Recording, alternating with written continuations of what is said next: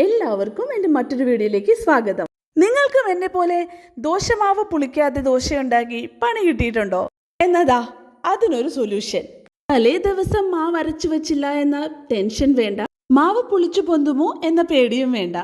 ഇൻസ്റ്റൻ്റായി ഒരു നല്ല ഹെൽത്തി ദോശ, പച്ച പയർ കൊണ്ടുണ്ടാക്കുന്ന ദോശയാണ് നമ്മളിന്ന് ഉണ്ടാക്കുന്നത്.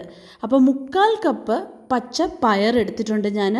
അതിലേക്ക് 1/2 കപ്പ് അരി, പച്ച അരി ചേർത്തിട്ടുണ്ട്. ഇത് തലേ ദിവസം വെള്ളമൊഴിച്ച് കുതിർക്കാൻ വെക്കുക. പിറ്റേ ദിവസം കുതിർന്ന പച്ചപ്പയറും അരിയും മിക്സിയുടെ ജാറിലേക്കിട്ട് വെള്ളമൊഴിച്ച് 1/2 സ്പൂൺ ഉപ്പും ചേർത്ത് അരച്ചെടുക്കാം.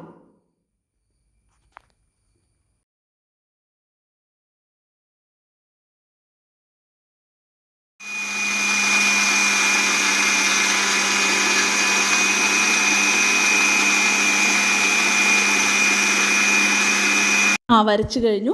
ഇതാണ് ഇതിൻ്റെ കൺസിസ്റ്റൻസി.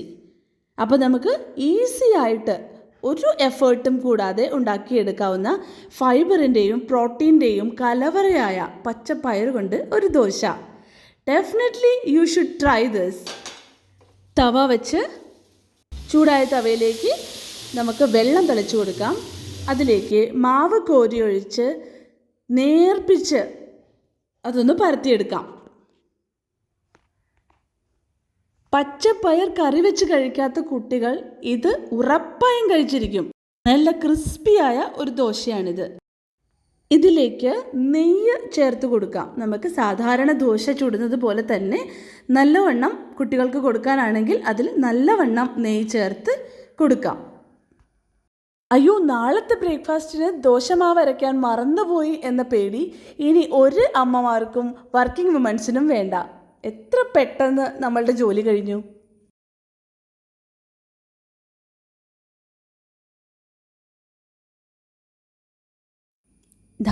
നമ്മുടെ ദോശ റെഡി ആയിട്ടുണ്ട്. ഇത് നമുക്ക് ഒരു പ്ലേറ്റിലേക്ക് സെർവ് ചെയ്യാം. ചൂടോടെ അത്രയും ക്രിസ്പിയായി നമുക്കിത് കുട്ടികൾക്ക് സെർവ് ചെയ്യാവുന്നതാണ്.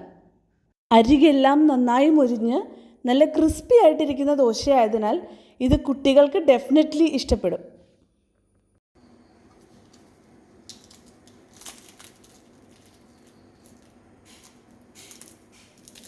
ഓണമൊക്കെ കഴിഞ്ഞ് ഹെവിയായി ഫുഡ് അടിച്ച് എല്ലാവരും മടുത്തില്ലേ? അപ്പോൾ ലൈറ്റായി ഹെൽത്തിയായി ഒരു ദോശ നമുക്ക് കുട്ടികൾക്ക് കൊടുത്താലോ?